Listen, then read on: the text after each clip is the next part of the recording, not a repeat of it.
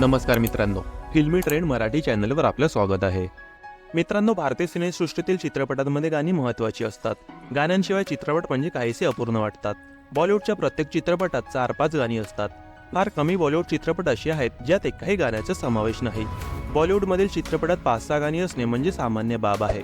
मात्र एका बॉलिवूड चित्रपटात 1, 2, 5 नव्हे तर तब्बल 71 गाणी आहेत. 71 गाणी असलेल्या चित्रपटाचे नाव इंद्रसभा आहे.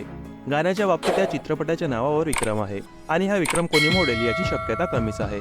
हा चित्रपट उर्दू नाटक इंद्रसभावर आधारित होते. आगा हसन खान यांनी पहिल्यांदाच या नाटकात काम केले होते. चित्रपटाचे दिग्दर्शन जामाहेदजी जहागीरजी मदन यांनी केले होते.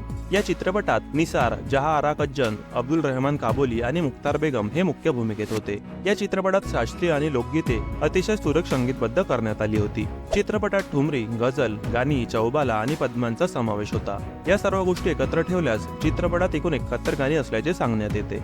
या चित्रपटातील काही मोजक्याच गाण्यांच्या प्रिंट सध्या उपलब्ध आहेत. भारतातील पहिला बोलपट असलेल्या आलमारामध्ये 7 गाणी होती. त्यानंतर प्रदर्शित झालेल्या इंद्रसभा चित्रपटात 71 गाणी होती.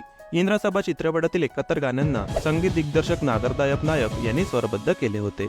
या चित्रपटाचे नाव गिनीज बुक ऑफ रेकॉर्डमध्ये सुद्धा नोंदविण्यात आले आहे. एकाच चित्रपटात सर्वाधिक गाणे असण्याचा विक्रम या चित्रपटाच्या नावावर आहे. 1943 मध्ये प्रदर्शित झालेल्या शकुंतला या चित्रपटात 42 गाणी होती. त्यानंतर 90च्या दशकात काही चित्रपटांमध्ये 10 ते 14 गाणी असायची. सलमान खान आणि माधुरी दीक्षित यांचा ब्लॉकबस्टर चित्रपट हम आपके है कौन मध्ये 14 गाणी होती. इम्तियाज अलीने दिग्दर्शित केलेल्या रॉकस्टार चित्रपटात सुद्धा 14 गाणी होती. तर सुभाष घाई यांच्या ताल चित्रपटासाठी संगीतकार ए आर रहमान यांनी 12 गाणी संगीतबद्ध केली होती. तर मित्रांनो, तुम्ही इंद्रसभा या चित्रपटातील गाणी ऐकली आहेत का? आम्हाला कमेंट करून सांगा. यानंतर बघूया पुढील update. Business tycoon Mukesh Ambani यांचा धाकटा मुलगा अनंत अंबानी याच्या लग्नाची जगभरात चर्चा होत आहे. लग्नाचा प्रत्येक कार्यक्रम भव्य पद्धतीने पार पडला. या लग्नाला जगभरातील प्रसिद्ध व्यक्तीने हजेरी लावली होती. सोशल मीडियावर लग्नाचे व्हिडिओ लोकप्रिय होत आहेत. दरम्यान सोशल मीडिया प्लॅटफॉर्म एक्सवर एका पोस्टबद्दल एका युजरने मुंबई पोलिसांना माहिती दिली होती.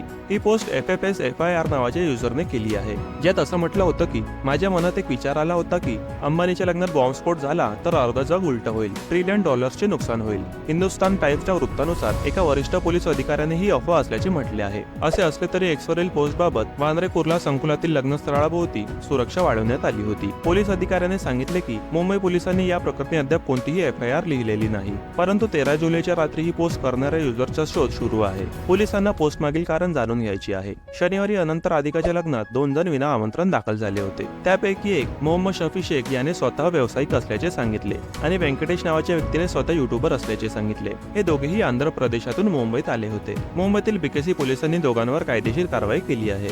मित्रांनो, बॉलिवूडच्या ताज्या बातम्या आणि गॉसिपसाठी आमच्या फिल्मी ट्रेंड मराठी चॅनलला सबस्क्राईब करून बेल आयकॉनला नक्की प्रेस करा. भेटूया आपल्या पुढील व्हिडिओमध्ये. धन्यवाद.